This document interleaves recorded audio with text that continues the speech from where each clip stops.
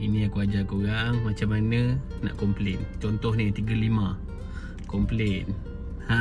Too low price. Mampoi hang. Ini berapa ni? 4.0 69 kilo. Kau buat macam mana? Kau pergi sini sini sekejap. Komplain sini. Too low price. Macam tu lah gunain driver yang sebenar. Ini kau semua kau sapu. Ini komplain. Tadi aku tak lebih sikit tak nak 69 kilo. Macam tu. Ini komplain juga. Pergi Kepong 69 kilo. Too low price. Biar lantak ke dia po. Dia nak murah, kita nak mahal. Sama-sama cari makan, nak untung saja. Itu cara sebenar gunain driver.